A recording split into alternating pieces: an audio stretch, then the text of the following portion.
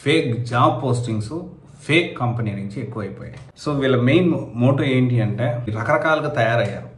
వాటన్నిటి గురించి మీరు అందరూ తెలుసుకోవాల్సిన అవసరం ఎంతైనా ఉంది.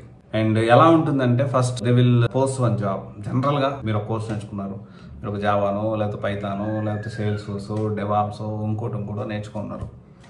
నేర్చుకున్న తర్వాత మీరు జాబ్స్ కోసం ట్రైల్ చేస్తున్నప్పుడు నౌకరీ, ఇండీడ్, లింక్డ్ఇన్ ఇలా జాబ్ పోర్టల్స్లో ఈ జాబ్ పోస్టింగ్స్ అనేవి కనిపిస్తాయి.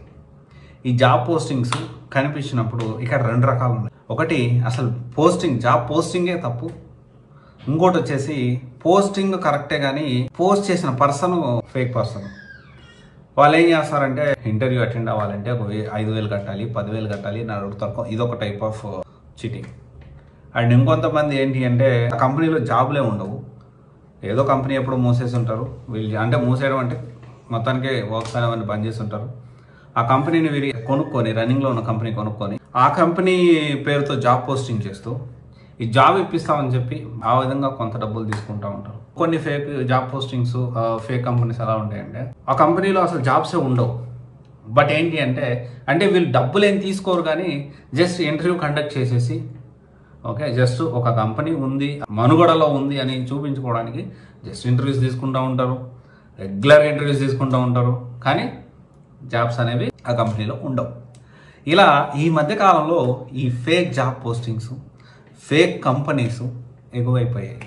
మరి దీన్ని ఎలా సార్ అరికట్టడం అంటే ఒకటే సింపుల్ థింగ్, స్కిల్ నేర్చుకోండి మీరు. ఓకే, ఇలాంటి ఏమన్నా మీకు డౌట్స్ ఉంటే మీరు కమెంట్ రూపంలో తెలియజేయండి. సార్ ఈ సినారియోలో ఇది జెన్యూనా ఫేకా ఎలా తెలుసుకోవాలి?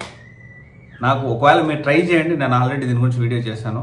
ఒకవేళ మేబీ చూడకపోతే ఇదే ఛానల్ ఉంటుంది, చూడండి. ఒకవేళ అలాంటి సినారియోలో కూడా మీకు అర్థం కాని పక్షంలో నిజమైన పోస్టింగా లేకపోతే ఫేక్ కంపెనీయా, ఫేక్ పోస్టింగా, ఫేక్ రిక్రూట్మెంటా, అది మీకు అర్థం కాని విషయంలో ఖచ్చితంగా నన్ను కాంటాక్ట్ అవ్వండి. అండ్ కాంటాక్ట్ అవ్వలేను, నేను కెరీర్ కౌన్సిలింగ్ పర్సనల్ నేను మాట్లాడేస్తాను, అంత డబ్బులు నా దగ్గర లేవంటే మీరు కమెంట్ చేయండి, కొంచెం టైం పడుతుంది, ఖచ్చితంగా నేను రిప్లై ఇస్తాను.